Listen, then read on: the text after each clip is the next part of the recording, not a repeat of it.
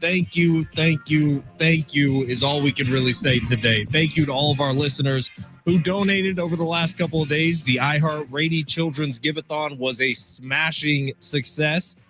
$419,000. $419,000. We raised $400,000, and the rest of the stations, they scrambled together 19. Yeah, it was kind of honestly, there was a meeting today and people were like, oh, Fletch and Sammy did just the best job, and John and Jim were killing it. Honestly, the rest of the stations were getting yelled at. So this is a credit to all you guys for what you were able to do for Rady's, for the kids. Look, we can come together as a big iHeart family here. And the credit is not with us whatsoever. The credit is with our listeners, and the credit is with all of you out there who understand what's important. And what's important is kiddos. What's important is the future of San Diego. And that future is sitting inside Rady Children's Hospital right now in a lot of senses. So thank you to everybody who donated. Thank you to everybody who used some of their hard-earned money to help out some kids over the last couple of days. And that was awesome. My two favorite days of the year, every single year here on San Diego Sports 760. So appreciate it. If you picked up the phone, if you donated $419,000, it's incredible. It really is. Our buddy Tyler on YouTube saying, damn, $1,000 short of $420,000. And that would have been really poetic, especially for San Diego. Especially since we're talking about children, Tyler. Come on. No, Tyler, listen. Innocent. It's medicine. Okay, let's not disparage people who like to have a nice, relaxing night. A lot of those people working in these kind of jobs. Ben, please be a little bit more accepting of those around us. We don't kink shame here on San Diego Sports 760. Never have, never will. Kink shaming. We don't lifestyle shame, not whatsoever. We are very positive about everybody. Remember the guy with Hartman, the guy who was selling drugs? Listen, he's a listener too. That the FBI came in. Remember? I don't think we can talk about that, Sammy. We can't talk about that? No. Oh, never mind. Then that didn't happen. That's just a false story. Literally. You've told that story on air before. I don't think I have. Yes, you have. You may have told that story to you before. Government agencies got involved with that. Never mind. I don't know what you're talking about. Steve Hartman definitely had nothing to do with any of that. But Steve Hartman will be on our show tomorrow at 1:30. Can't wait for that. Steve could probably enlighten us. No, we're not telling that story again. That story almost cost people jobs, Sammy. That story is not a good one to share. All right, in San Diego Sports 760, we have a very busy day today. If I sound a little tired, I feel a little tired. Those were a pressing 2 days. Again, it was nothing through me or through Sammy. It was all you guys. But then yesterday ended up being like a 12-hour day for all of us. So Sammy did join me outside Viejas Arena, which was awesome, as we did the pregame show for Aztecs Hoops. And how about this? San Diego State covered the spread. They covered the spread, baby. Covering the spread by half a point, still covering the spread. Good teams win, great teams cover. That's what I like to hear. And how nice was it to see Miles Bird really get the scoring monkey off his back? Miles Bird dominated that game in a lot of facets. So that was great to see from the Aztecs Hoops team. We'll get into that game in just a little bit. But Sammy, I know you've been biting your tongue each of the last 2 days while we were raising money for Rady Children's Hospital to talk about the Philadelphia Eagles. Oh, yes, so I have. You got 60 seconds uninterrupted. I'm going to shut up. Anything that you've been holding back for our great Eagle fans, the 858. We got Brian, we got Casey, we got so many Eagle fans. So many of them. Let it rip. This is from Sammy, not from Fletch. I want to ask how all of you are doing, because so reports today that idiotic bunny they had for Monday, the positivity bunny, lasted all but 2 days. All but 2 days in Philadelphia. I've heard a lot of chirping over the years from Philadelphia fans. It's been a long offseason because your birds killed my Chiefs in the Super Bowl. But I just want to know, the one time I actually need the Eagles to win a game, to beat the Chargers, help the Chiefs, they can't even do that. So if you're an Eagles fan, I don't feel bad for you whatsoever. I was at the game. I was pulling for your birds. Maybe I jinxed you, but where do you go from here? Is Nick? If, by the way, Colin was talking about this, Colin Coward, before our show. If they lose to the Raiders on Sunday, let's just play hypothetical. I don't think they will. Is the game in Philly? I got to check. It might be in Vegas. I think it's in Vegas. If they lose to the Raiders on Sunday, is Sirianni fired? Is he fired on the spot after winning a Super Bowl last year with another potential utter collapse, just like 2 years ago? There's a chance. There's an absolute chance Sirianni doesn't make it through a Raiders game, although I think they'd still be a playoff team at that point. It's in Philly this weekend. If you lose to the Raiders in Philly, I don't know that Nick Sirianni makes it to next week. And that sounds crazy for a guy who did just win a Super Bowl. They're still in the playoffs, though. I know, but you can't, with this talented of a roster, be this dysfunctional. It'd be pretty funny, though. I'm pulling for the Raiders. All right, our buddy Jamar says less than 3 minutes into the show, and Sammy's already snitching. Yes, Jamar. That is what Sammy does.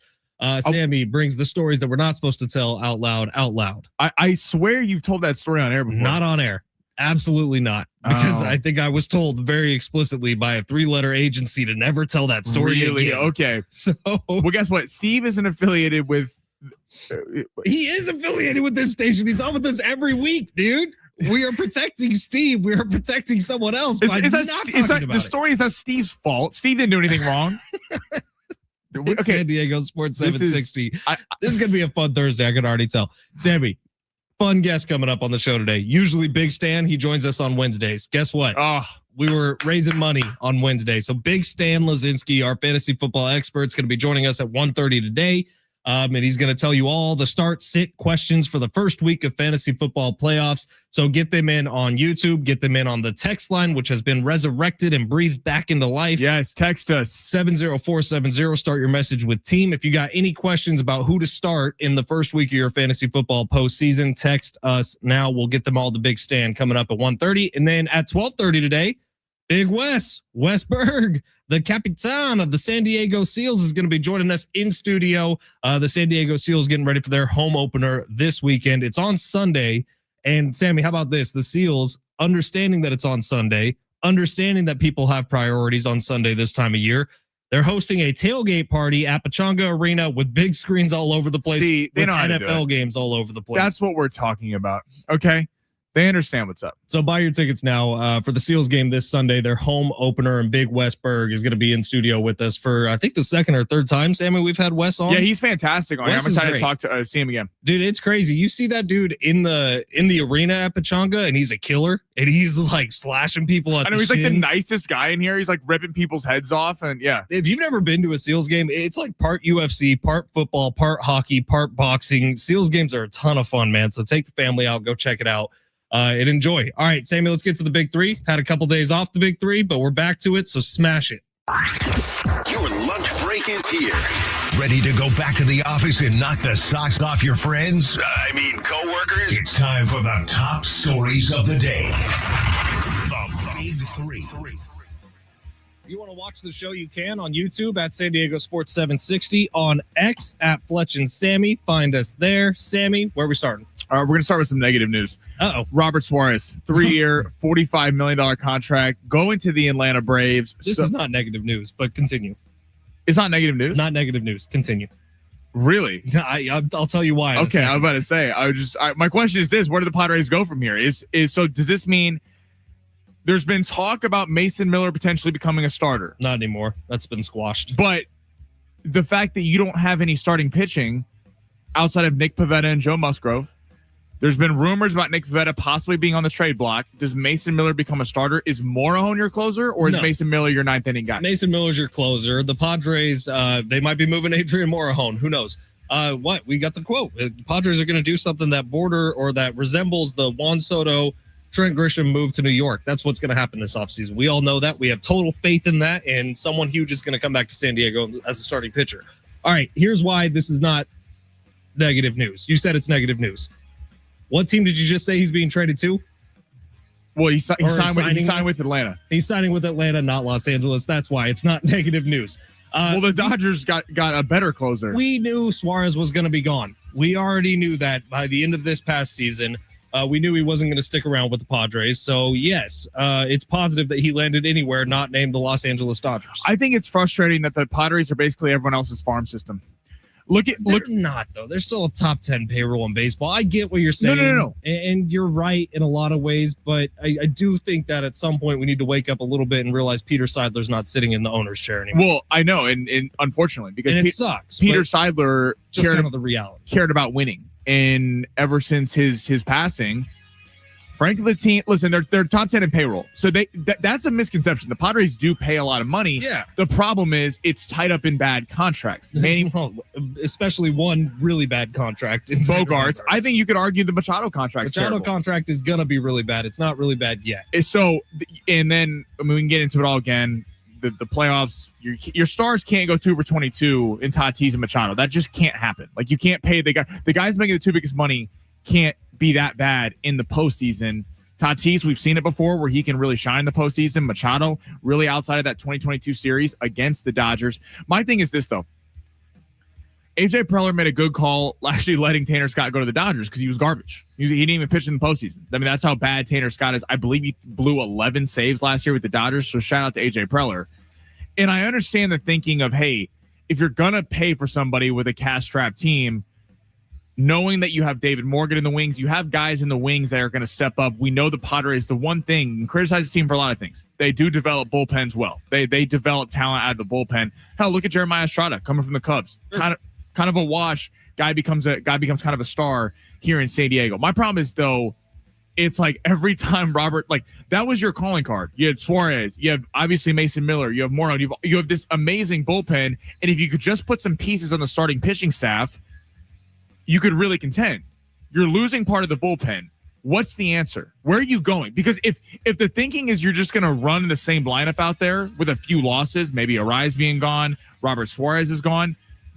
Everything we've seen so far would say that that's not this thinking, right? Everything we've seen so far is that they are going to make a big move. Now, we haven't seen it, but if we do, there's a long time between now and spring training, which is why I'm not overly concerned with what's happening right now, because we knew that Suarez was probably going to be gone. We knew Arise was probably going to be gone. We knew, keep going down the list, that these guys wouldn't be here. Dylan Cease, Nick Pivetta potentially in trade. So I think that we can probably give a little bit of grace until we see what gets added. The fact of the matter is probably the Padres' best chance to win a World Series with this current core group was a couple years ago, and it didn't happen. So now you're going to have to rebuild the starting lineup or the starting pitching rotation year after year, and you're going to have to hope that you can get in. And with Xander Bogaerts a year older, with Manny Machado a year older, you hope something changes. And unfortunately, it's not a great strategy, but that is what you have to do right now is hope. Okay, I'm not killing him for losing Robert Suarez. I want to make that clear. Like, I think that the fact that they can develop bullpen arms, I don't think it's a terrible move. What I'm saying though is, what's the answer? Like, I hope there's something that's going to be announced in the next few weeks of a signing or a trade or something to acquire a piece, because again, just kind of probably won't happen in the next few weeks. Just going to be very honest. It's a shame because Preller likes to wait and see what else happens in free agency and trade deadline. The Dodgers are making moves. Yeah. The Orioles are making moves. Everyone else making moves. Kind of his MO. He waits a little bit, and then right before spring training, we'll find something out. So Joe Burrow. Now, I don't know how many people saw this sound. Joe Burrow had a soundbite yesterday where he basically kind of talked about how he said he needs to find his love back for the game. And also said if he continues to keep playing, he needs to find his joy. A reporter followed up on it and kind of asked him if the problems were on the field or personal. He said both. He had some personal issues in his life as well as on the field. Per Adam Schefter, this press conference yesterday has raised a lot of flags around the NFL and people potentially calling on Joe Burrow if he would be available. If you could pick a dream spot, where should Joe Burrow want to go? If Joe Burrow says, I'm done with Cincinnati, where should Joe Burrow want to go? That's a good question. And you got to take a lot of things into account. Potentially, Joe Burrow would be better off in not Cincinnati. How about that? Let's start there. So find an ownership group with a great landing spot. It's crappy because a couple years ago, I probably would have said New England. Like New England would have been a great spot for Joe Burrow to go with a total restart there, and he could be part of whatever the rebuild is. As of right now, I mean, the names that pop up, you could talk about an Arizona with a young wide receiving core and a younger defense, and obviously a big hole at quarterback. But does he really want to go to what's been the best division in football this year with the three other teams in the NFC West? So I don't know the answer to that. But what I will say is this is such an indictment on the Cincinnati Bengals. How can you be this bad when you have a quarterback that's this good? And you continue to not address the offensive line when it's obvious that Joe Burrow is getting hurt because of this offensive line. I hope that Joe Burrow gets out and we don't see Andrew Luck 2.0, where for year after year after That'd be year, disappointing. Indianapolis couldn't protect him, so he just up and retires early. Who knows? Andrew Luck could have had a couple Super Bowls by now. Well, my thing with Burrow is this. I don't want to see Burrow retire. Burrow's a fantastic player. He's good for the game. The NFL's better with Joe Burrow healthy and in it. Now, places he should want to go, I'll tell you one. The San Francisco 49ers. We'd take him. would actually be winning Super Bowls if Joe Burrow was the quarterback over there. No, I've told you countless times that Brock Purdy can't get it done. Joe Burrow would get it done, and it'd be scary in a Kyle Shanahan offense. How about also in the NFC West, Matthew Stafford retires? Oh my God. Could you imagine that? Can you imagine him going to the Rams? My thing though is Burrow, this is fair. I agree with everything you said about the Bengals are a terrible organization. This is what happens when you play in Cincinnati. For years, it's not good when your organization has the rep of that you don't pay players. This isn't even baseball where guys don't have the payroll or there's rich as owners. Like, this is an NFL franchise that has a rep of not paying its guys. The one thing I will say, though, Burrow pressed to get his receiver signed. And I understand Jamar Chase getting signed, but he pressed to get T. Higgins signed. And so at the cost of that, the offensive line's terrible. The defense is dreadful. You're about to lose Trey Hendrickson for nothing because they didn't trade him at the trade deadline. He's about to be a free agent, probably looking at a third-round compensatory pick. So if I'm Joe Burrow, yes, I'm putting 90% of the blame on the Cincinnati Bengals.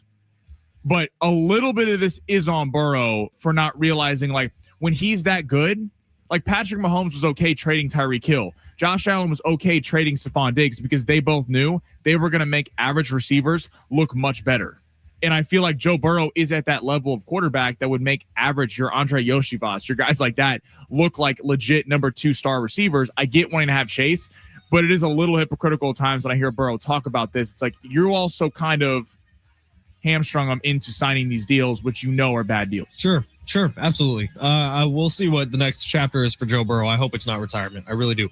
All right, on the other side, Aztecs Hoops got a nice win last night at Viejas Arena. Sammy and I were there for it. We'll explain what we saw in the game and why there were some positive signs shown last night. That's next. It's San Diego Sports 760 live on the iHeartRadio app. San Diego Sports 760, an iHeartRadio station. Guaranteed human.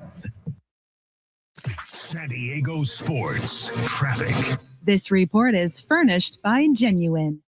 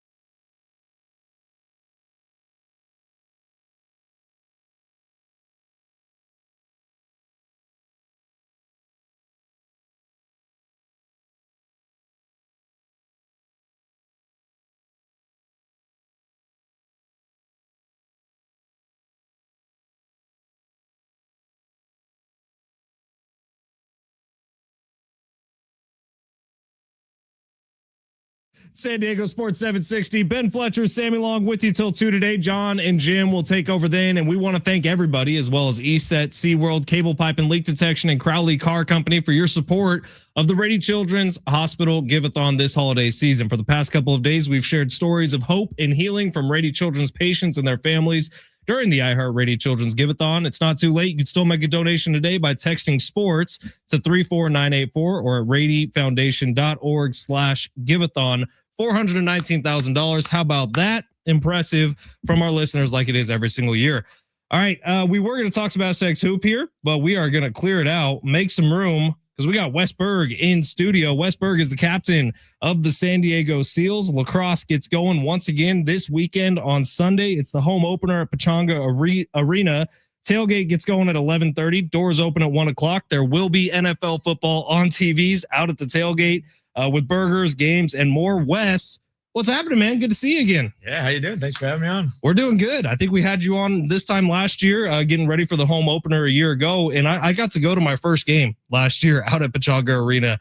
And you guys are badasses, assigned, sealed, official. It's not just lacrosse, but it's also like UFC, boxing, fist fighting, football, hockey, everything kind of mixed into one. How's the body feeling? Feeling good. You know, it's got a long trip out to Ottawa right during Thanksgiving, so travel was a bit of a battle, but we got a win, and so good to be back home on Sunday. Yeah, I can't wait for it, man. The Seals games, if you haven't been out to one yet, over the last couple of years, get out to one this year. It's a blast, man. And Wes, is it year 3 for you as captain of the team? Yeah, year 3 as captain. I've been on the team for almost 6 years if you include COVID and everything that happened then now. So it's been a long time being down in San Diego, and I don't think I'll ever leave this place. No, you shouldn't. We got you now. You're Canadian, right? That's right. Yeah, and then we got you trapped here on the coast. Oh yeah, 70 miles of coastline. It's pretty good. My dad was actually texting me earlier, and I think it's -20 with the wind chill up where my family is, and I was telling him, I think it's 75 and sunny like it is every other day here. My brother lived in just outside of Calgary for 6 years, and he would always try to get me to visit him. And I'm like, dude, I live in San Diego. Yeah. You live in wind. So it's been fun. All right. So Wes, San Diego Seals, let's just, for right now, if someone's listening in the car and they say, I've never been, but I want to check it out, love local sports. Reason number 1 for indoor lacrosse to get people out to Pechanga. It's a lot of excitement and action. If you've been to a Gulls game, it's kind of like that. So it's a little bit unique with the lacrosse side of it. But, if you're just a sports fan or you're, a fan of any kind of athletics and just an event that's kind of electric out there, halftime show is awesome. There's so much going on. They play music during it. There's, hits, goals, fights, all that kind of stuff. So it's a fun family event. And if, any kind of sports fan that wants some action on Sunday, it's going to be great. And we got, again, the tailgate with the NFL games going on out there, so you won't miss any football. And it's kind of amazing with lacrosse because it is like you kind of blend a lot of sports that you're familiar with, because some of the rotations and movements are a little bit like soccer, a little bit like water polo even. But then you're adding into it that you have to do the impossible as the routine, which is catch that stupid little ball with a pole. But you guys do it so well. And then the poles become weapons also, which is cool. But Wes, coming up this Sunday, it's we got the Wear the Crown t-shirts giveaway going on. And the NFL tailgate, like you said. So the game is happening, and that's the entertainment. But then there's also music being blasted by the DJ. Your guys' PA guys have historically been incredible. And it is a party vibe inside, and the fans know that.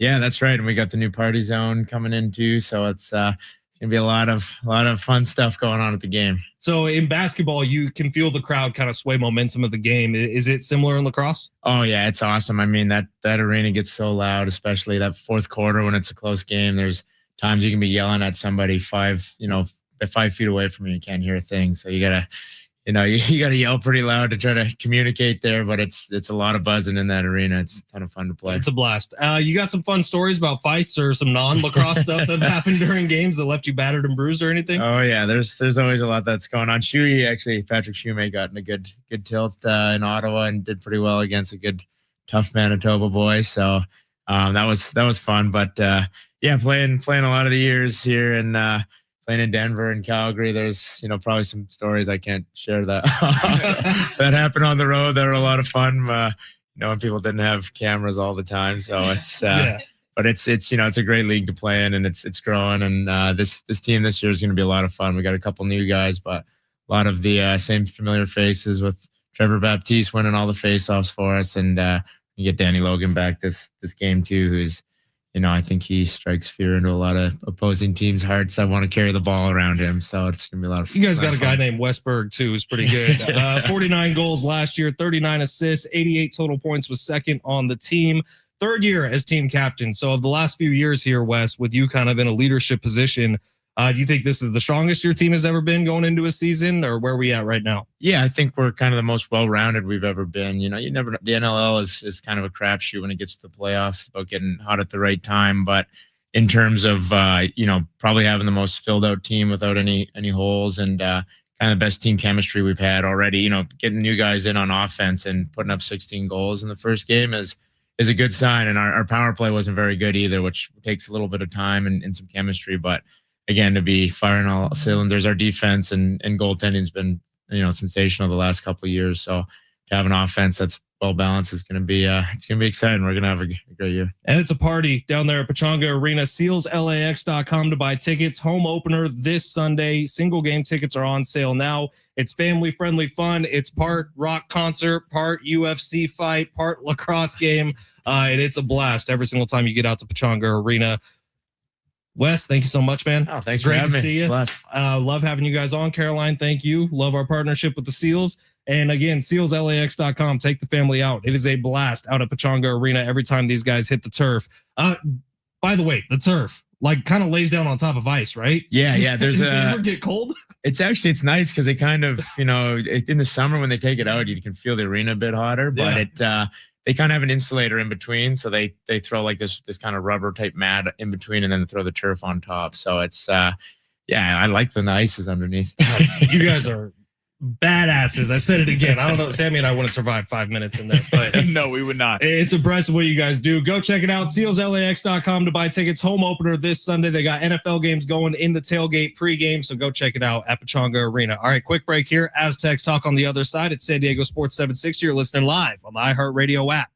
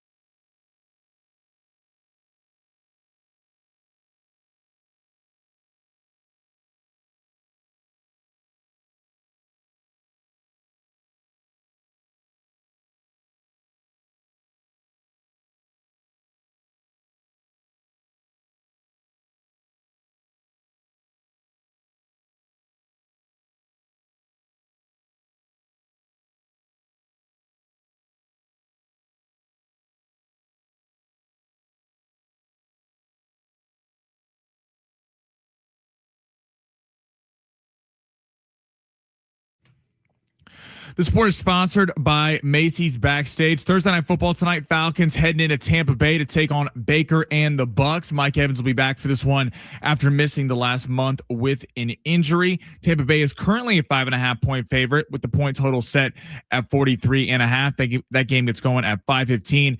And big news out of the college football world: Michigan head coach Sharon Moore fired for cause for having an inappropriate relationship with a staff member. There are a lot of odds going around who will be the next coach at Michigan. Macy's Backstage is a whole department inside your Macy's store where you can find so many holiday essentials, all for under $25 with new arrivals every day. You never know what amazing deals you'll find. Don't wait. Find a location at Macy'sBackstage.com.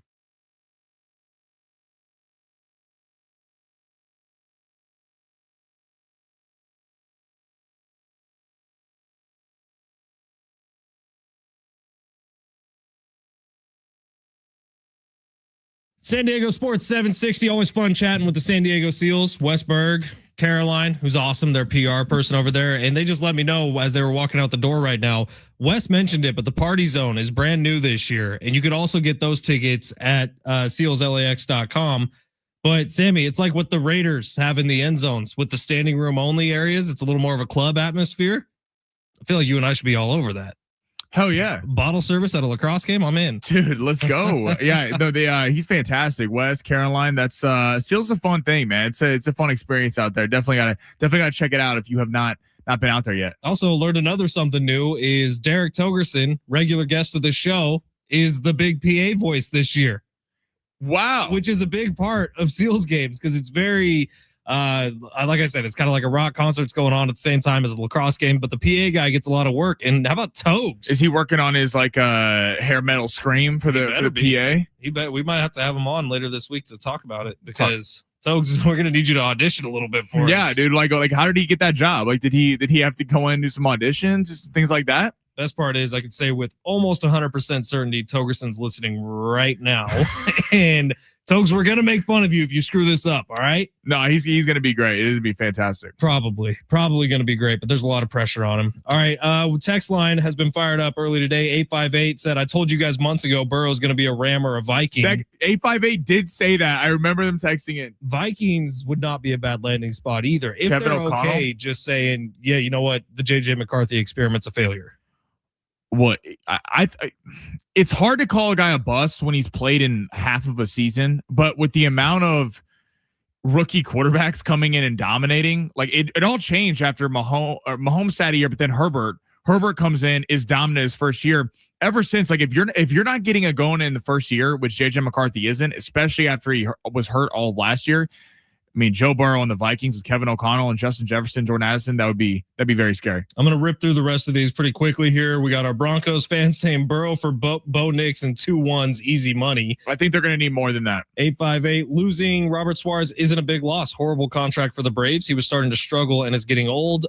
I don't know that he was starting to struggle, but yeah. I do think that this is the time to get out. If we're doing the Belichick get out while they're still good, I think also time. You look at the Dodgers, like Tanner Scott was the Ohtani killer, and he was awful for the Dodgers last year. So there is some concern when you pay bullpen guys because it's so volatile year in and year out. 949, big shout out to Derek Togerson, who's the new PA guy at the Seals games. He's going to smash it. Hope so. 619, why is a Chiefs fan talking about a first place team? Well, because Birds fans chirp a lot, and I just wanted to make sure that they knew how I felt. Sammy was trying to talk smack on the Niners earlier today also before we got on the air, and I'm like, what's the Chiefs record again? No, what I really enjoy, though, like even though it's depressing and my team's likely done and it ruined my holiday season, there's not a lot to look forward to just in general in life. But the one thing that does give me hope is it will be fun watching. It's fun. It's not fun when people go, oh, my team sucks. It's fun when Ben starts to get excited because he starts to believe in Brock Purdy in this team.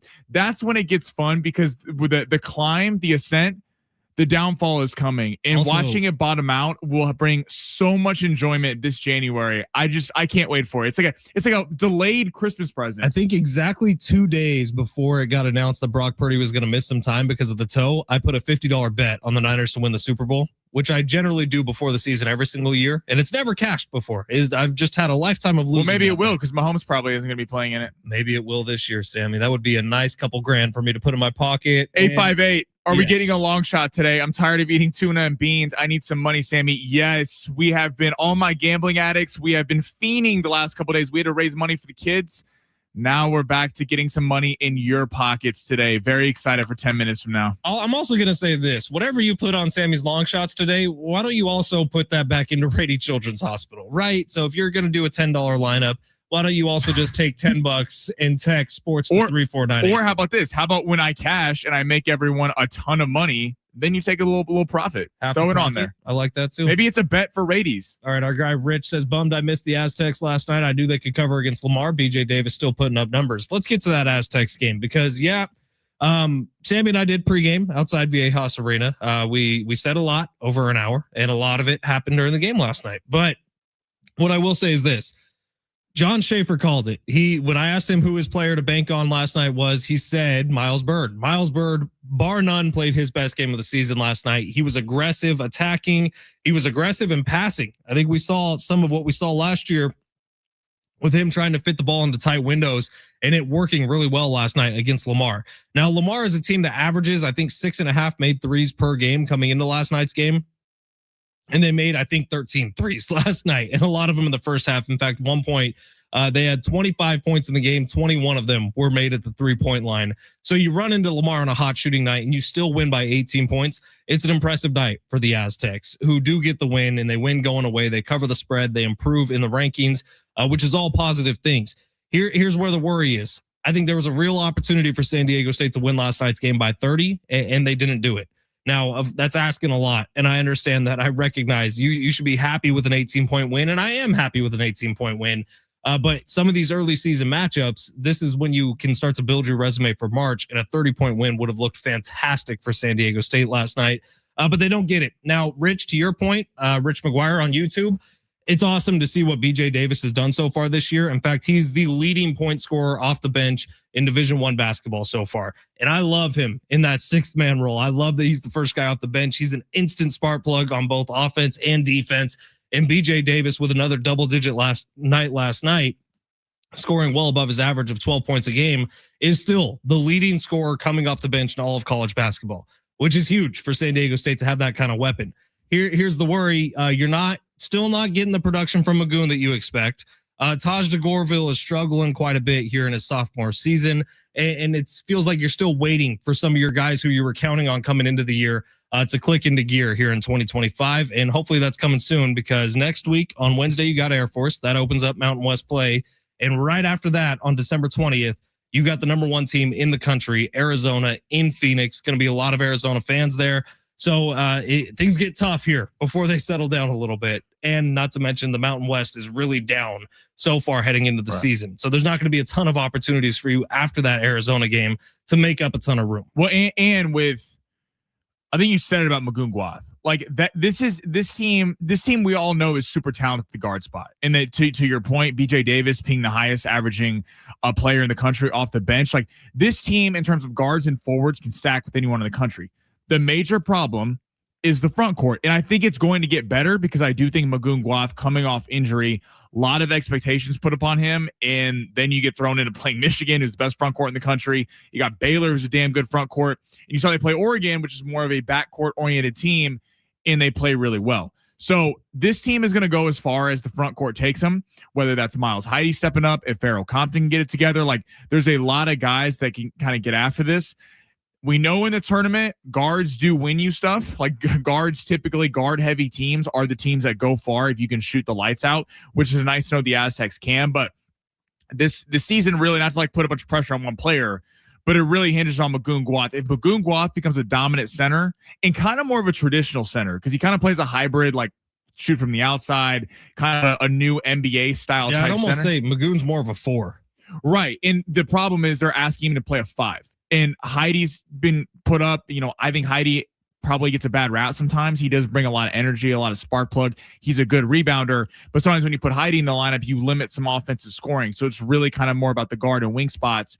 Magoon Guath, Miles Heide, those two guys are going to take this team as far as they're going to go.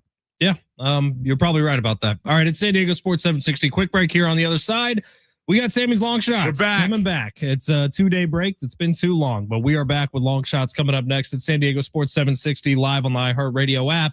Also, texts are starting to come in, but make sure you get yours in so they get read because we got Big Stan Lazinski coming up at 1:30. He's going to answer all your fantasy football questions heading into the first week of the fantasy football postseason. Get them in now, 70470. Start your message with team or get them in on YouTube at San Diego Sports 760. Stan Lazinski, our fantasy football expert, coming up at 1:30. Long Shots next.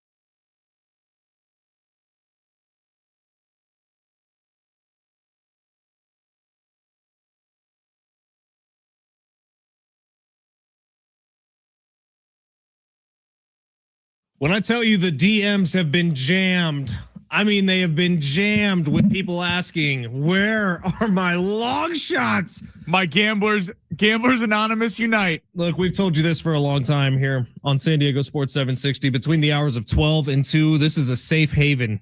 This is a place for you to do the things that you don't tell your wife about. This is a place for you to be your degenerate self and live your best life.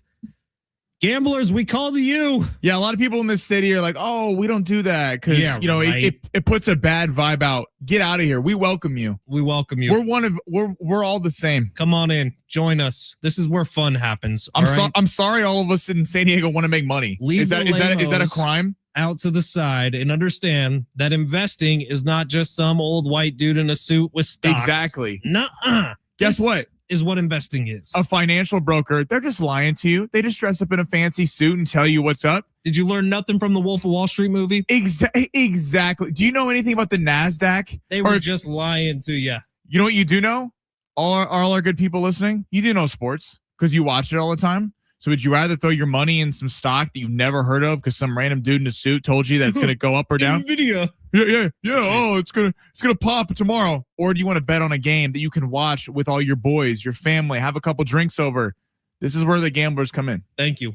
And in the early days when the NASDAQ was first created, some people had some fears about that too. They said this is gambling and this is bad. This is yucky. It's crazy that it took to the people don't like change, and that's okay. People can be scared of change. But my early adopters, now all of a sudden Prize Picks is offering team picks. Contracts for the lawyers. It's called a contract, not a bet. It is crazy that it took till 2025 for all of this to become okay. Sammy, please, if you will, just donkey smash it real quick. Come on now. For some luck? Want to win big? Gotta play big. You are so money, you don't even know it. Time to take a chance. Say that man his money. With long shots. That was maybe the most unserious 3 minutes of radio I've ever done in my life. But seriously, welcome to the party. Sammy, where are we going? Yeah, but in all seriousness, thank you for tuning into the segment, and we hope you ride with the bets. We got a good Thursday night football game tonight. Yeah, Falcons. Listen, this is why it's a little unserious because the last 2 days have been very serious. Yes. Okay, we have to balance it out a little bit. I'm feeling goofy. All right, guess what? We got 2 NBA picks, 2 Thursday night football picks for you going on tonight. We're going to start with Thursday night football. Bucks and in Falcons tonight. Darnell Mooney, more than 36.5 receiving yards. What was that? Is that Wodair? Oh, okay. You don't like that pick? No, I don't know how I feel about it yet. I'm thinking about it. Well, you're about to hear why it's going to hit. Darnell Mooney, going to go over 36.5. Here's the thing. Kirk Cousins puts the ball up in the air. Now, he may turn the ball over. He's not the old Kirk Cousins that he was in Minnesota. He gives his receivers a chance to win. Drake London, questionable with an injury. You got Kyle Pitts, who's also on the injury report. Darnell Mooney is the deep ball thrower. Michael Penix really had a tough time, which is ironic because in when he played at Washington, Indiana, he was known for being a massive deep ball passer. That was kind of his thing. He wasn't really able to force the ball downfield. Usually when that offense had a lot of success, it was Bijan running the ball, quick hitters to Bijan, hitting the slants. The only guy he would really attack downfield with was Drake London. Kirk Cousins goes to all the guys. Darnell Mooney, more than 36.5 receiving yards against that Bucs secondary tonight. I think he gets it done. I think he catches a bomb tonight. All right, on the other side, Rachaad White, more than 18.5 rush yards.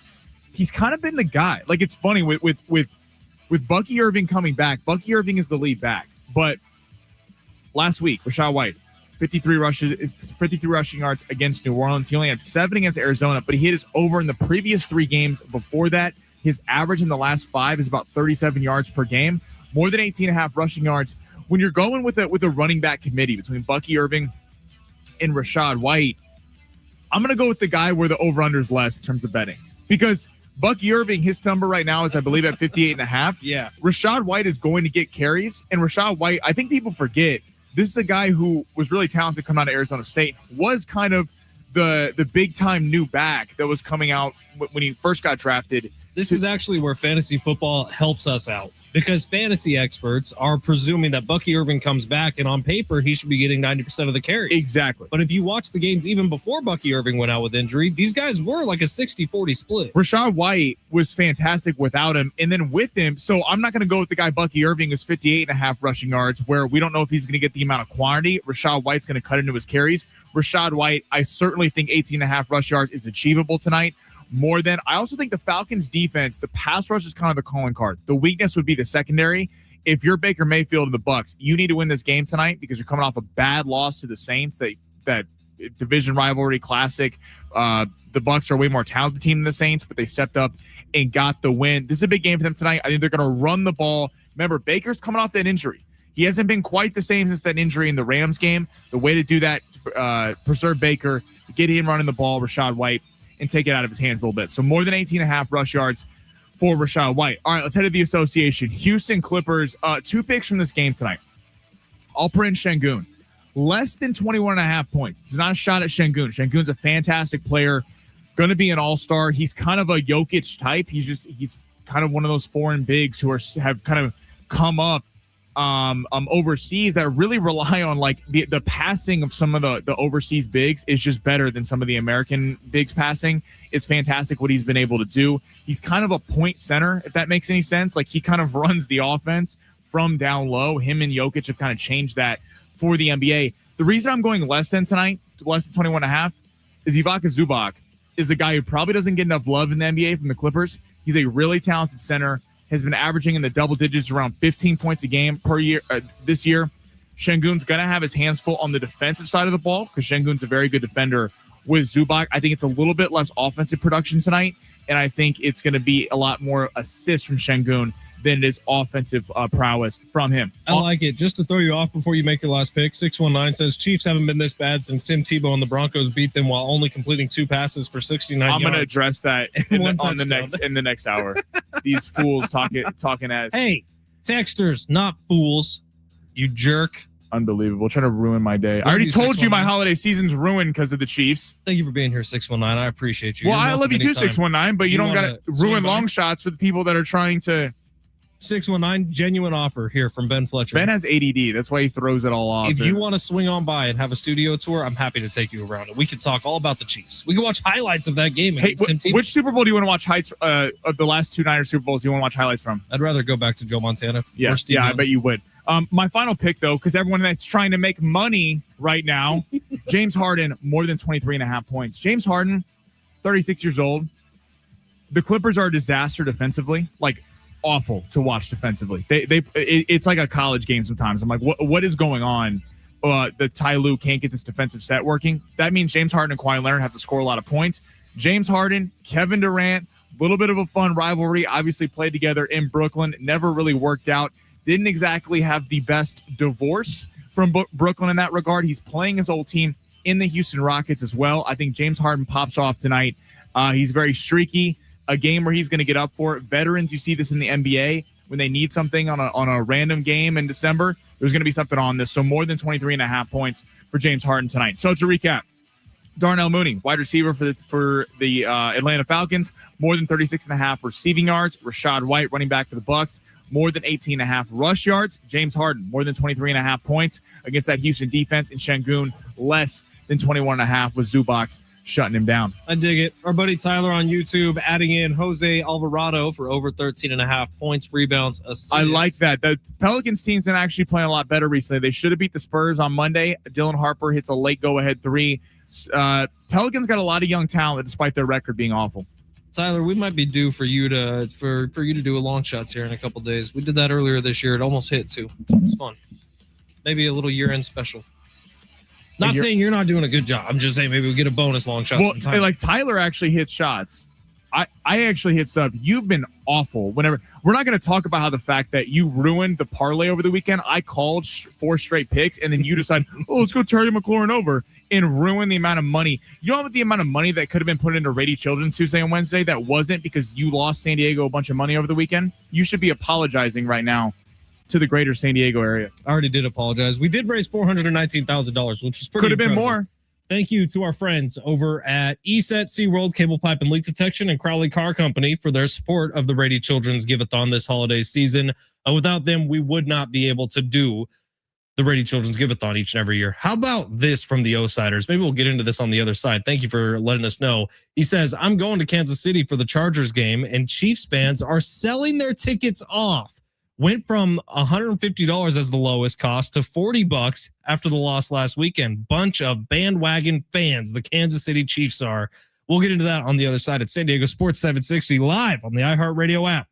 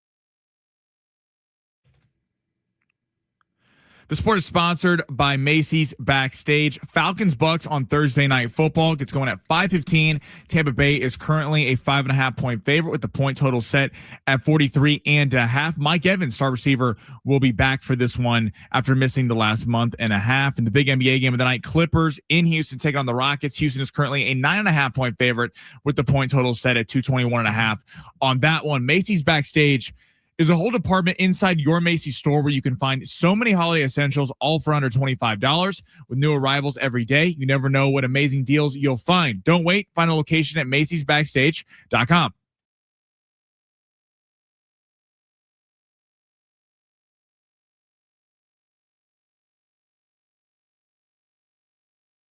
San Diego Sports 760. It's hour number 2 here on the Fletch Zone. Ben Fletcher, Sammy Long with you till 2. John and Jim will take over then.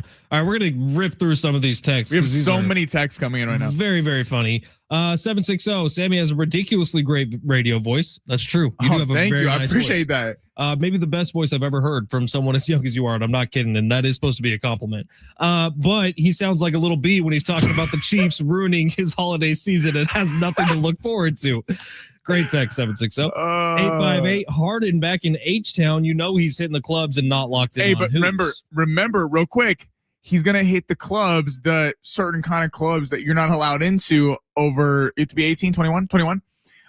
Yeah. After the game, so maybe he dogs James or he dogs Kevin Durant out in Houston, and then he has a really fun, eventful night, probably with his best friend Kawhi Leonard. Maybe not the best choice of words there, but Sammy, Google something for me real quick. Why is that not the best choice of words? A little questionable, a little sus.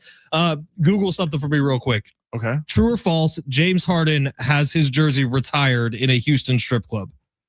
Is that real? I'm almost positive. Does James Harden have his jersey retired in a Houston strip club? I think he's got to go see all his girls that he's been missing since he's been out of H-Town. I'm pretty sure he does. All right, 619 Sammy. If the Chiefs win out and the Chargers lose out, Chiefs are in the suit or in the playoffs. SoCal. Both are very possible. It all starts Sunday. That from SoCal Jayhawk. SoCal Jayhawk knows. SoCal Jayhawk. Listen, we keep the faith, baby. It's getting thin, but it's still a possibility. And by the way, I just want to let everyone know all the mess everyone's been talking. If the Chiefs somehow slide in, I can't take this. You might not want to tune in on that Monday. Finish Googling that. I'm going to read this last one from the 615.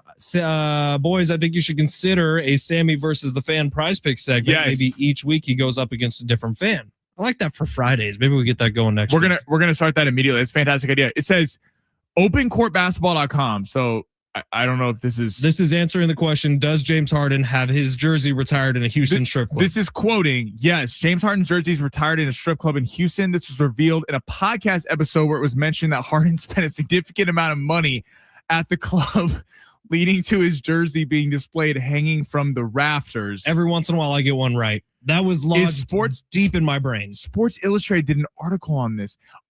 Okay, this was COVID. I'm pretty sure this was during COVID. Can you guess how much money was allegedly spent? Dude, it was north of $80,000.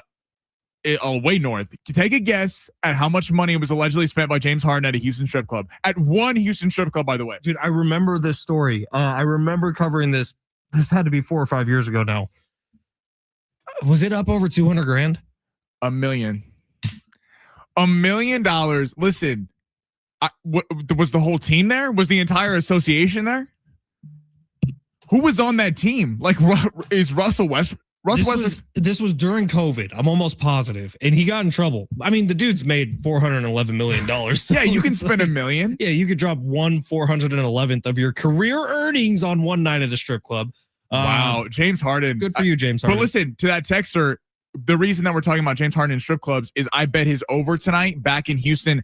A texter raised concern that he might be a little bit distracted because he has to go revisit some of his old haunts and not be locked in. But again, all those activities will be happening after the game.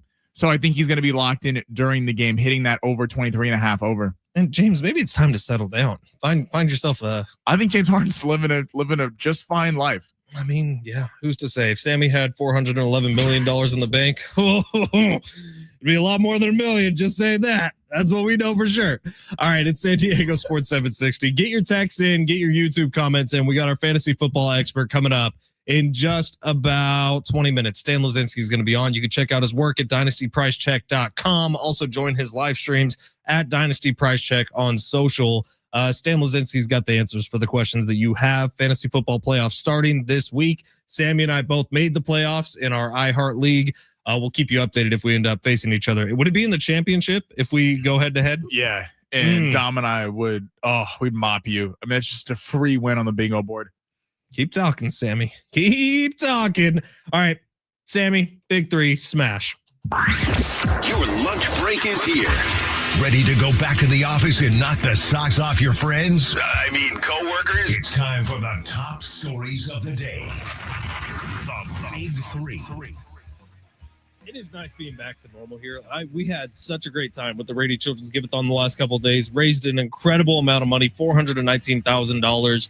But today does feel like we're less tears and more fun and laughing. So thank you for doing that the last couple of days. We appreciate the hell out of each and every single one of you. And I know for a fact, because I spoke with them, Rady Children's Hospital was stunned by the generosity of our audience, of everyone's audience here at iHeart San Diego. So thank you for doing what you can. Sammy, where we're starting here with hour two. Speaking of risque behavior, which we were just talking about, Sharon Moore. Oh my God. Sharon Moore fired from the Michigan head football coach. He's in jail right now. He's in jail. So this man had a rough 24 hours. So he was fired from one of the biggest head coaching jobs in all college football, was picked up by the cops a few hours later, had an inappropriate relationship with a staffer.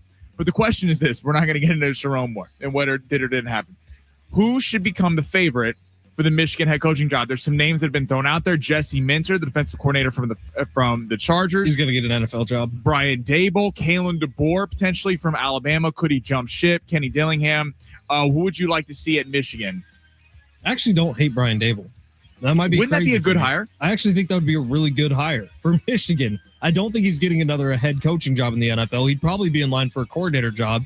But I actually think that Brian Dable, and I hadn't thought about that till just now, is a really good hire for Michigan. Now, for Sharon Moore, real quick, I'm not going to get into any of the specifics because there is, oh my God, the speculation online.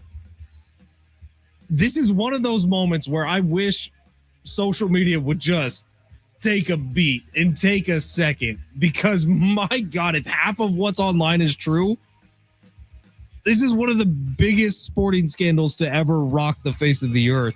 And I kind of hate that everyone just jumps on it immediately and puts out the story and retweets the story and goes crazy with it. Because, again, if half of what we're reading online is true about this Sharon Moore situation, this is DEFCON 10. Chaos. Insanity. Yeah. Wild accusations. Have you been reading all the same stuff I've been reading? Yeah, it's crazy. That first off, Sharon Moore, what are you doing, man? What are the leaked text message? It's chaos. It's insane that it honestly makes me sick to my stomach. No, it's insane. It's like it's terrible. If you want to read it, go check it out. Honestly, it's hard to kind of distinguish what's fact and what's fiction in all this, and who knows what people are leaking out right now. But my God. It's horrible. I just wonder what this does to the Big Ten. So, Ohio State. What does this do to the reputation of Michigan? Well, that's the thing. So, They're already the cheating school. Michigan, right? Everyone forgets that words. There's a reason why Jim Harbaugh went to the NFL. Yeah, he was avoiding punishment. They were going to get hit with sanctions immediately after winning that title.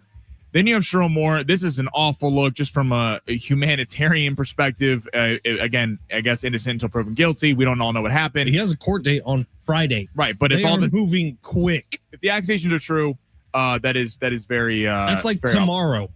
This is insanity. But, in terms of who should be the head coach at Michigan, Michigan's got to act fast, because if you're a recruit that was going to Michigan, you have Ohio State, which is certainly an option. I think the biggest benefiters of, not that someone benefits, about keeping your freshman quarterback for next year, Bryce Underwood. You look at two power. Bryce Underwood, I'm looking around. Michigan and Penn State went from at the beginning of this season to absolute powerhouses to Penn State had to go as no recruiting class coming in next year because they had to hire Matt Campbell late from Iowa State. They couldn't make a decision because they kept getting spurned by guys. National signing day already happened. They just lost their head coach. All these guys are going to open. The biggest winners in this whole thing is USC and Oregon, because Michigan and Penn State are now like, whoa, do we even want to be associated with those two schools? You have Ohio State, who is going to get a lot of looks at recruits. USC and Oregon. USC's got the number one recruiting class going into next year. Oregon's playing the college football playoff. It is crazy how in the last year, Penn State was ranked as one of the top two team in America at the beginning of the season, only 4 months ago. In Michigan, supposed to be, take 2-3 weeks ago, was possibly going to beat Ohio State to be in the college football playoff, loses there, and then now has this happen. If you're Michigan, Ohio State could be a total transformation of power in the Big Ten to who's going to become that kind of next dominant team. Now, something that no one's really talking about with this whole Sharon Moore thing that I would just like to throw out there. This got slid into one of those ESPN articles that I was reading earlier this morning. People knew about this in the fall. Oh, really? I didn't know. I didn't know about that. He was under investigation in the fall. Hey, If stuff like this was happening months ago, and he was allowed to finish out the season as the head coach. Oh, you talk about some serious sanctions. I mean, serious sanctions. If this was, we're still going to learn a lot about this. But according to the article I read this morning, he was under investigation in the fall for this. That is months ago. I'm just curious who gets that job. Like Dable to the point. If anything else comes out about this, Sammy, you're talking vacated national championships, but then you're talking serious punishments. Switching to a little bit happier note in the NFL. In the NFL tonight, we got a Thursday night football matchup. Falcons, who are eliminated, taking on the Tampa Bay Buccaneers. Tampa Bay and Carolina, though, are tied at 7-6 for the lead in the NFC South. Who do you believe is more dangerous in the postseason? How about Carolina? Can we give a round of applause to Bryce Young? If we're talking comeback player of the year, now that Daniel Jones is probably out of it, he's got to be up there. And it's not like he was hurt last year. He was just bad last year. It's been impressive what Carolina's been able to do. That win against the Rams, obviously, they have their signature win. I do think the Carolina Panthers are dangerous, but not as dangerous as the Tampa Bay Buccaneers, because the Tampa Bay Buccaneers have weathered the worst part of their season. They weathered all the injuries. Baker Mayfield, if he can get somewhat healthy here heading into the postseason, that's a team that can beat anyone, anywhere, especially if Mike Evans comes back, which it sounds like he's playing tonight. Yes, he is. He is returning tonight. Like this Bucs team, all of a sudden, that team who was so dangerous in the early season is back to health. Watch out for the Tampa Bay Buccaneers, man. The Panthers are a great story, and I'm with you. They deserve some props because, I mean, it's crazy how you go back a year, literally like about this time, because I remember the Bryce Young took a car accident from Andy Dalton to get Bryce Young back playing. In the first game where Bryce Young turned his career around was against the Chiefs. He was fantastic. Always back to the Chiefs. I'm giving him credit against the Chiefs. This is a fact. He turned his career around. The Chiefs won 30-27, but he looked really good in that game, and then he carried on the rest of the year, almost beat the eventual champs in Philly if Xavier Legette doesn't drop that ball over the middle. And Bryce Young went from a guy last year, the first month of the season, to we're drafting a new quarterback, to now 7-6, potential shot to get in the playoffs. And if they do, I think it's just a good story. And if you're a Panther fan, you're looking forward to the future going, we have our guy at quarterback. We can kind of build around this. I do think the defense is way too turnover reliant. You've seen in these games. And you do concern, like when the Niners played the Panthers, the offense kind of got shut down. So we'll see what happens going forward. They actually play the Bucs here in a week. Tampa Bay, though, is going to be an interesting thorn in whoever's side in the NFC because they can score like with anyone. And we kind of talked about it yesterday, but like how much pressure does Baker have? Because Baker is one of the, like Baker and Jared Goff are the veteran quarterbacks in the NFC who haven't won a Super Bowl. Isn't that crazy to think about? Baker and Jared Goff are the two vets outside of Matthew Stafford. Well, but Stafford, even if he never wins another Super Bowl, he won his Super Bowl. He's an all-time great, a fantastic player, and they're certainly the favorite to do it again this year. But you wonder, like, it's amazing how you go from to that point, Baker Mayfield cast off, kind of a fun restart with the Bucs. To now him and Jared Goff, same thing. Jared Goff resets it with the Lions and turns the franchise around. To these two guys, maybe both may miss the playoffs, but if they get in, knowing you have Jordan Love, knowing you have Caleb Williams, Sam Darnold, all these young quarterbacks, Jaden Daniels will probably be back next year in the NFC. These two have a lot of pressure on them to try to get to a Super Bowl.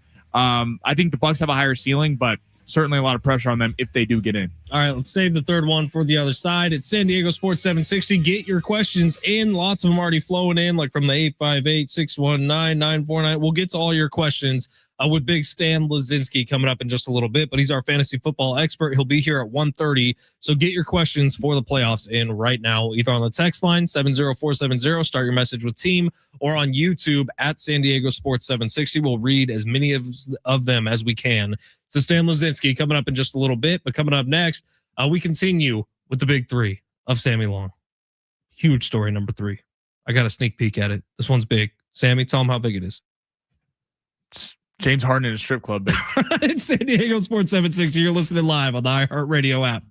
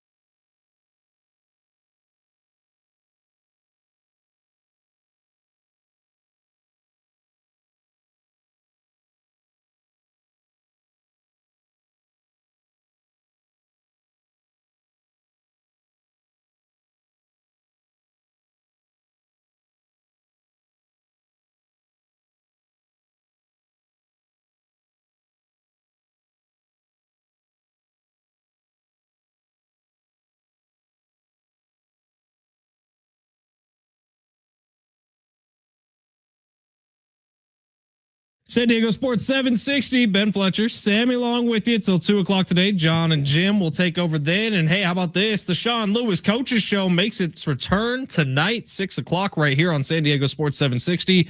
John Schaefer, Rich Ornberger sitting down with the coach, the head coach of the Aztecs, Sean Lewis. as he gets ready for his first bowl game as a San Diego State Aztecs head coach. Just bought my tickets. I'm going to New Mexico, Albuquerque. I don't know what there is to do there, but I have confirmed there is a Texas Roadhouse, so that is where dinner will be had. Ooh, little Texas toast. Yeah, I don't know what John Schaefer's going to eat there, but we'll have to find something for him. They probably have salad, right? John Schaefer at a Texas Roadhouse. Oh, there is going to be some Instagrammable moments there. Oh, wow. But see, the thing with John Schaefer, we've got into this before, is he actually likes that kind of food. He just has an aversion to it. Like, True. Remember Dave's Hot Chicken? It was like a whole new world opened up. He's in here and he's like, why did I ever stop eating meat?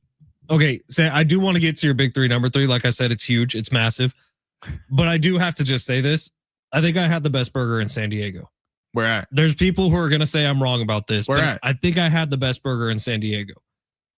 The Riviera in La Mesa. I've heard that's fire. Dude, I'm telling you, so they have this it's been there forever, the Riviera. It's a classic place. I've been there probably 15 times since I've lived in San Diego, but I've always gotten the steak. I had the burger this past weekend for the first time, and it knocked my socks off to the point where I will never order anything else at that place again. Wow. Okay. It I'm gonna have to was try that out, definitely. Awesome. And it's big. It's a big burger. I took it down in about 10 minutes. Very fast. To the point where my wife was concerned about how fast I ate that burger. But it was amazing. Isn't there man. nothing worse than when you're really hungry? I want to get to the story when you're really hungry and then someone notices you're eating fast and calls you out on it. You're like, hey, shut up and eat your own food. So okay. I mean, I didn't say that to my wife, but I was there with her and her dad, and we were eating, and I finished my burger. Less than 10 minutes. It was gone. This burger evaporated. And then I look around the table and they both have like more than half their meal left. Yeah. And I'm like, oh. You're like, you guys are slow. You know what? You know when you have half your This meal is left, awkward. it means you're talking too much. I think so too. And so I just ordered another whiskey. We had a great night. See, you can always order more drinks. Exactly. College football playoff, though, lines come out for this. So Alabama, Oklahoma, Friday the 19th. Alabama's a 1.5 point favorite. It's supposed to be a good game. Miami and Texas A&M. A&M is a 3.5 point favorite. The other two games with the non-Power 5 teams, Tulane and Ole Miss. Ole Miss is a 17.5 point favorite. I kind of like Tulane there, if I'm being honest. Get out of here. No Lane Kiffin. They got beat by like 25. Do you think this is a motivated Ole Miss team coming in? Yes, I think they're gonna beat them so bad to prove it's a shot back to if Lane they Kiffin. beat them so bad as a shot to Lane Kiffin collects like $250,000. So congratulations. Lane Kiffin's rooting for him. James Madison, though, in Oregon is a 21.5 point favorite. My thing is this. The college football playoff last year had a problem in that all the games, the opening round games sucked. And Fletch, I know you and I talked about it. I actually didn't hate it as much because I think it builds up. It's like in March Madness when for 50 years there was never a 16 seed that beat a 1, and then it finally happened and it was like unbelievable. You couldn't take your eyes off it. UMBC? Over Virginia. Yeah, it was right. in number 1 overall seed. Like it was a spectacle where you watch that. Everyone remembers that game. It does feel weird though that you have Texas left out. You have Notre Dame certainly left out. That's the one that really got snubbed. Alabama doesn't fall. And it's like we're seeing James Madison going to Oregon. I'm not trying to slight James Madison. I get that a non-group of 5 team getting in is good. It's especially good for San Diego State. I like seeing the little guy get a shot.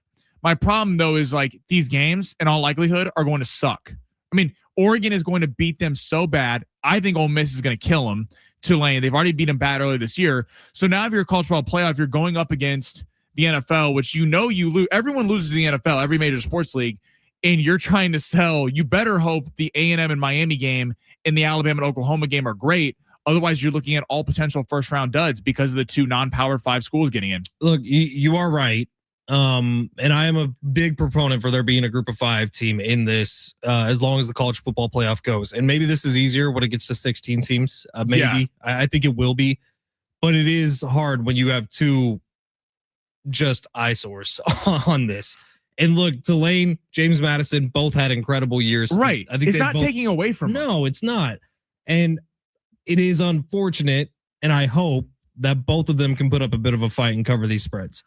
Like, I really do. I hope it's a decent game. Same. Because if Oregon beats them, be so bad if Notre Dame didn't ultimately really deserve to be there.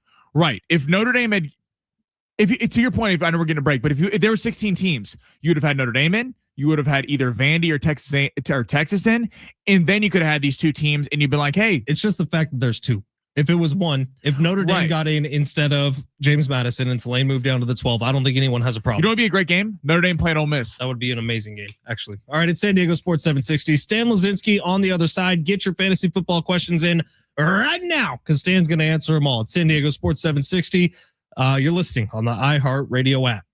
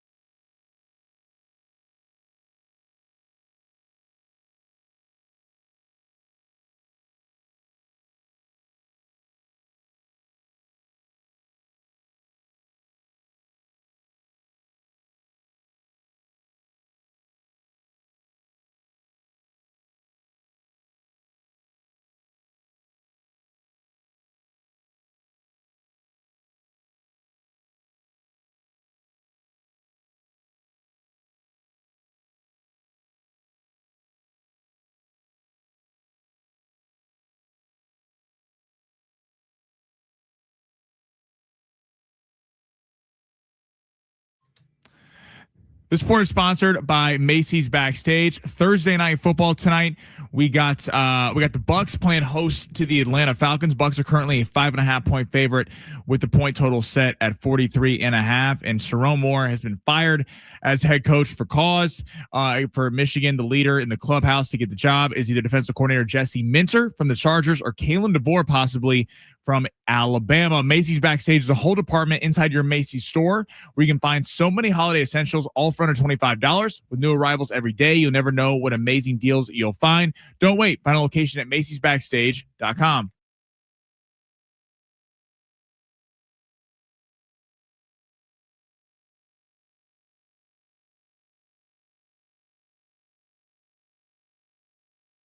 San Diego Sports 760, Ben Fletcher, Sammy Long with you till 2. John and Jim will take over then, which means we got about 30 minutes left in the show today. Now, we did not get to Stan Lazinski yesterday. We were in the middle of the Rady Children's Give-a-thon. And again, a huge thank you to everybody who donated $419,000. Insane. Every time I say that number, I have to double check it. $419,000. So thank you everybody who donated over the last couple of days. But today, we're back to business as usual. We got Stan Lazinski on the phone, our fantasy football expert all season long. Stan, welcome to the freaking playoffs, bro. Yes. How are you?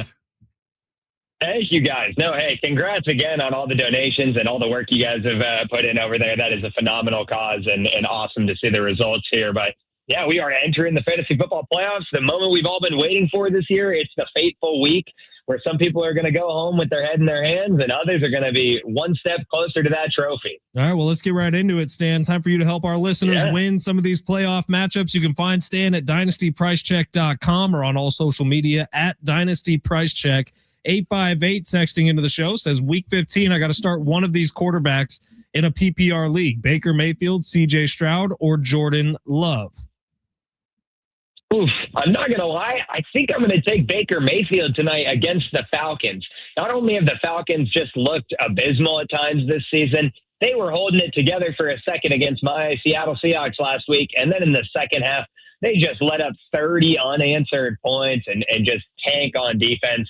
I think this Buccaneers team with Baker Mayfield at the helm, maybe a little return from Mike Evans tonight like we're about to hear, could be an exciting time for these Bucs players. By the way, that 858 number, a FedEx driver out in La Jolla. Shout out FedEx drivers this time of year. It's the busiest time of year for you guys. Sammy, what's next? Junior Beverage asks Chris Godwin tonight or Chris Rodriguez this weekend. Oh, it's tough, but I actually think I'm going to lean the Chris Rodriguez side here.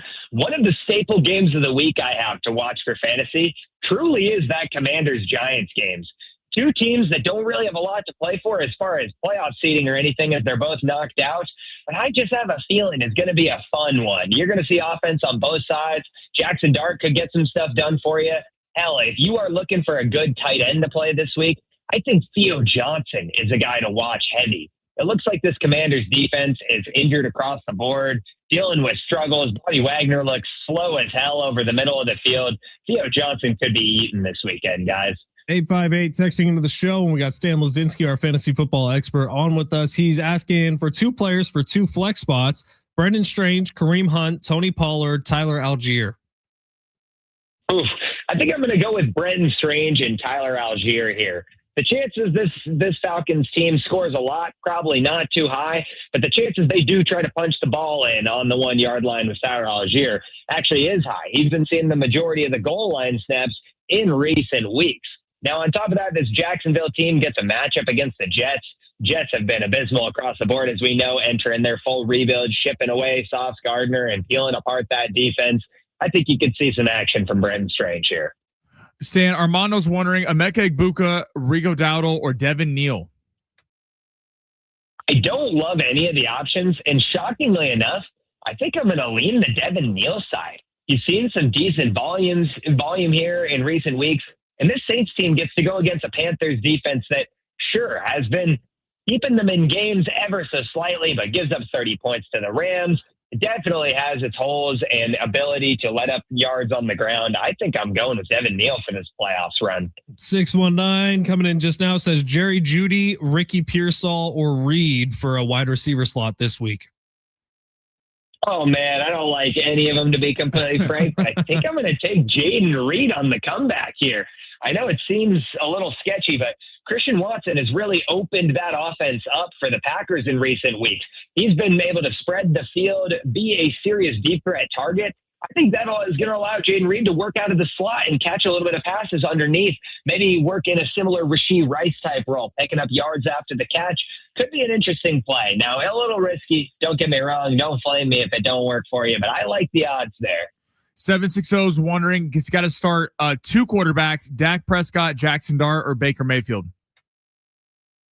I am going to go with Baker Mayfield and Jackson Dart here. Whoa. Like I said, I do have that Giants game circled here, and I like the rushing upside that we've got coming out of that quarterback room. No Dak Prescott there, Stan?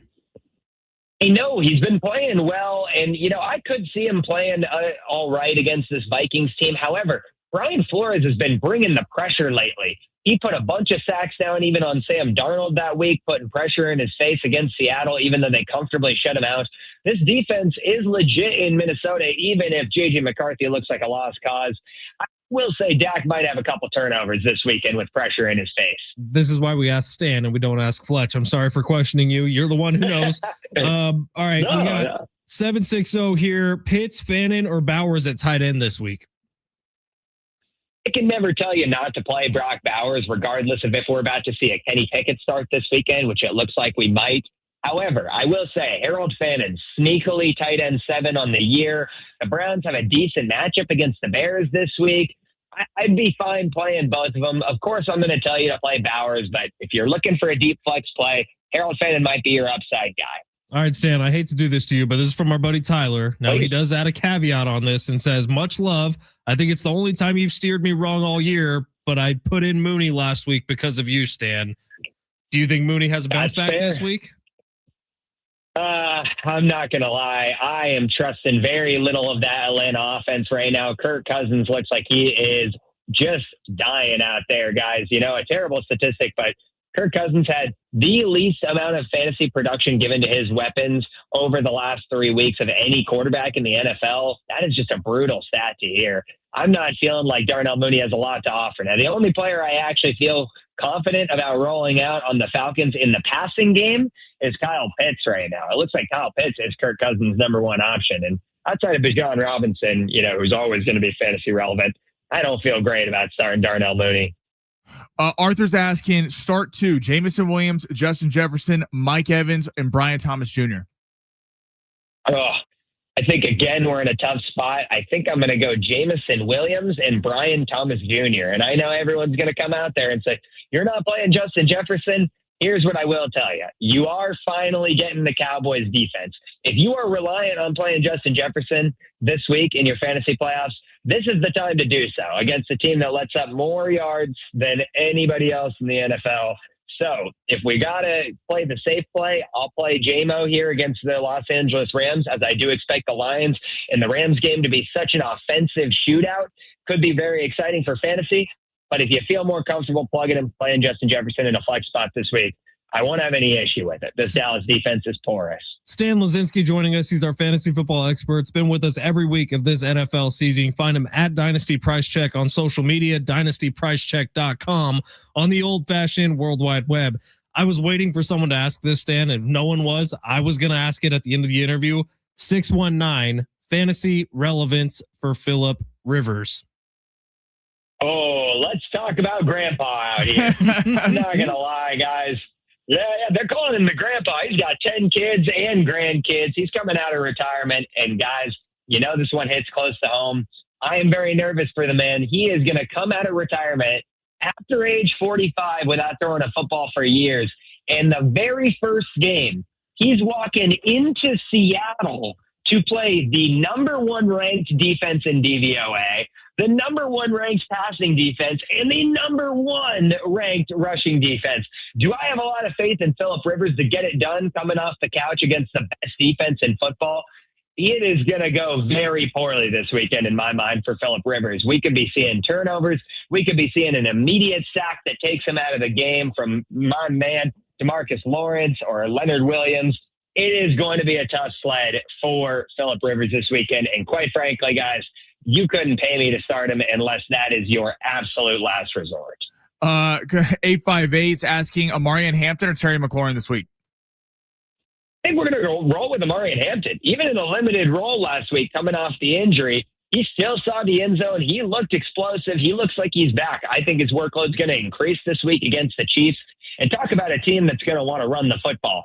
Kamani Vidal has been a loving addition for Jim Harbaugh in his emergence this year, because now he doesn't have to rely on giving Hampton 90% of the touches. They're going to be able to let Hampton roll with 65, 70, give him some nice rests in there. Kamani's going to take over and give you some extra action. I think that's actually a positive for Amari and Hampton. Give him a little bit of rest. Design plays for him. I'm rolling out Hampton. All right, there's going to be a bunch we don't get to, so I'm sorry. We'll tell you where to find Stan if you have questions for Stan, but we'll get this one in from the 858. Kayshawn Booty, please. Romeo Dobbs for this weekend in fantasy football playoffs. Hate them both. Let's go with Booty and hope that you're catching a touchdown. Stan, you got a lot of hate today. Stan, speaking like it is. I think we're at that point of the season, fellas, where people are struggling. There's been so many injuries. You got to decide between bad options. I'm here to help you comb through all of them, but I'm not going to tell you I like doing it. Stan, were you going Brock Purdy or Bo Nix? And please say Bo Nix so Ben is frustrated. I can't. I got to side with my man Ben over here. We're going with Brock Purdy against that Tennessee Titans defense. Let's roll out the Niners this week. As if that's even a question. I mean, I hate Denver too. I just wanted to see you sad. So. All right, Stan, good stuff, man. Where can everybody who didn't get their question asked find you later on today?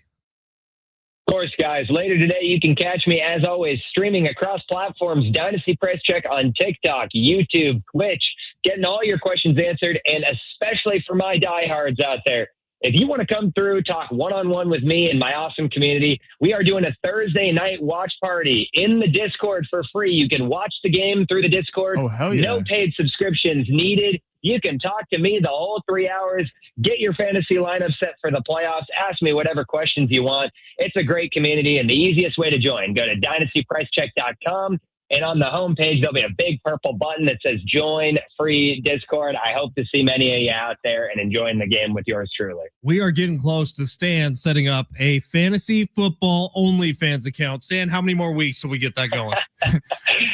The offseason might get tough sledding, guys. No roster reviews. We got to pay the bills somehow. I'm telling you. All right, Stan Lazinski, thank you, man. And thank you for everything you've done for us all season long. This week, we still got a ton of people in on this because a lot of people in the playoffs this week. If you've been listening to Stan, we'll see how thin the herd gets next week when it comes to fantasy football as people get knocked out. But thank you, Stan. Hell yeah. Appreciate you guys having me as always. We'll close out this season strong and maybe we'll talk some ball in the offseason. Let's do it, man. Stan Lazinski, dynastypricecheck.com. Go join the Discord. I'm telling you, this guy is the real deal. We've loved having him on this year. All right, we're going to close the show out coming up next, and we got something special. But first, our buddy John on YouTube saying, yo, boys, listening per usual, just busy at my desk today, but I want to give a shout out to everyone who donated and you guys for doing a tremendous job helping raise the money for Rady Children's Hospital. John, you were one of those people, man. So thank you for setting the example for people. You were one of our first people to donate on Wednesday's show or Tuesday's show. So thank you, John. And thank you to everybody who donated to Rady Children's Hospital over the last couple of days. And we couldn't have done it without our sponsors, ESET, SeaWorld, Cable Pipe and Leak Detection, and Crowley Car Company for their support of the Rady Children's Give-a-thon here on San Diego Sports 760. Those are tough days, man. They're very, very different from the usual sports show that we do. But we take such pride and such an honor in doing it because we understand that there's a new generation of sports fans coming up. And we were reading the stats to you yesterday, but yesterday there were 367 children at Rady Children's Hospital. That's why we do it every single year. And thank you to everybody who helped raise almost $500,000, Sammy. $500,000. No, it's it might not be much to James Harden, who just one night in one club. I mean, imagine if James Harden would have taken half of all he spent $1 million at the strip club. And he was spending it on scholarships, so you have to give him a little credit. I mean, maybe he was paying college funds. Maybe he's paying college tuitions there. No, that was the joke I just made, Sammy. So congratulations. All right. Are you saying I ripped off your joke? Yeah, well, it was just the same joke. All right. It's San Diego Sports 760. You're listening live on the iHeartRadio app. We'll close this thing up coming up next.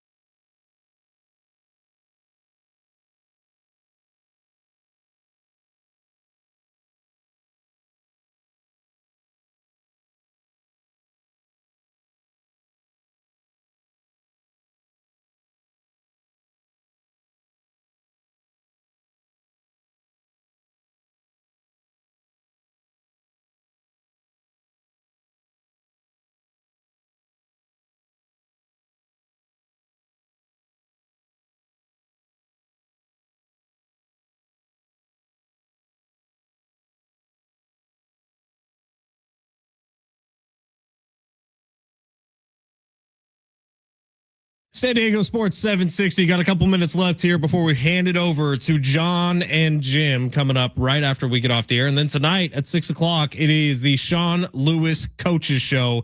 We'll see, because I'm curious what Sean has to say about it tonight. Because, Sammy, you look at this Aztecs football team and you think about guys like Chris Johnson, who had such a standout year this year. Chris is probably playing on Sundays next year. So is that a topic of conversation, whether or not Chris Johnson plays in the bowl game? You know what I mean? And I haven't talked to anybody yet. I don't know any of this, but I'm just getting my gears turning for the game, wondering, okay, well, if there are guys on this team who might be considering NIL transfers, do they not play in this game? Well, I think at the end of the day, now obviously Sean Lewis wants to win a bowl game for San Diego State, but it's not the most important thing in the world, right? For Chris Johnson, we've seen. I mean, why am I blanking on the linebacker's name? Who played at Notre Dame, was going to be a top 5 pick, went to the Cowboys. Jalen Smith, right? Or Jalen? I think his last name is Smith. You're talking about a guy who was literally going to be a top 5 pick, blew his knee out, gets dropped in the 3rd round. There's some horror stories of guys who play in bowl games and unfortunately kill their draft stock. So this started like with McCaffrey, right? Because he sat out his bowl game his senior year. Right. He was, because Nick Bosa did it a few years later at Ohio State. Both the Bosa brothers did it actually. You can't blame these guys. Like if your kid was had an NFL contract waiting for them and you're playing in a bowl game, and listen, we all love bowl games. We want to see everyone play. But if you're being 100% honest with yourself, if your kid was doing the same thing, you and their agent would both tell them, you're not playing this bowl game. Yeah. I'm curious to see how it looks for both teams, honestly, for every team across college football as the first bowl games get going this weekend. The 13th is the first couple of bowl games. Bucks blowout tonight. What do you think? I don't think it's Bucks blowout. No, I think this is a close game. 5.5 point spread. You taking Atlanta? Yes, I am going to take the Falcons. What's the over under? 43.5. I like the under. Okay. Low scoring, close game. I'm gonna go 21-20 too. I'm gonna go Bucks. I think it's a really tight game as well. I think it's a close one. I think game. Atlanta, their defense is gonna keep them in it. I like Atlanta's team. I really do. We talked about it this offseason. All Madden team on Atlanta, but can they put it together on the field? All right, we're done for the day. John and Jim coming up next. Again, thank you to everybody who donated over the last couple of days to the Rady Children's Give-A-thon. Man, we appreciate the hell out of you. We will see you tomorrow at San Diego Sports 760.